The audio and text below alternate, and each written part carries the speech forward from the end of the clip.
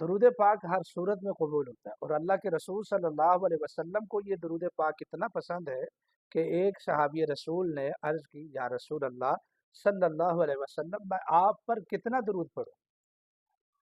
جب میں دعا مانگوں کیا میں اس طرح کر لوں کہ میں دعا مانگتے وقت ایک حصہ درود پاک، تین حصہ دعا مانگ لوں اپنے لیے؟ یعنی اگر فار ایگزامپل اگر میں نے 4 منٹ دعا کرنی ہے تو میں 1 منٹ درود پاک بھیجوں آپ کے اوپر اور 3 منٹ اپنے لیے مانگوں؟ آپ نے فرمایا اس سے بڑھاؤ۔ پھر وہ بندہ کہنے لگا کہ 2 منٹ، یعنی 2 حصے درود پاک اور 2 حصے دعا۔ آپ نے فرمایا اس سے بڑھاؤ۔ وہ کہنے لگا کہ 3 حصے درود پاک اور 1 حصہ دعا۔ آپ نے فرمایا اس سے بڑھاؤ۔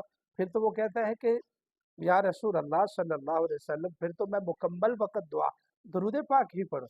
آپ نے فرمایا اگر تو مکمل وقت درود پاک پڑھے گا تو تجھے مانگنے کی ضرورت نہیں پڑے گی، تیرے دل میں جو ہوگا اللہ تیری ہر مراد کو پوری فرما دے گا۔ سبحان اللہ۔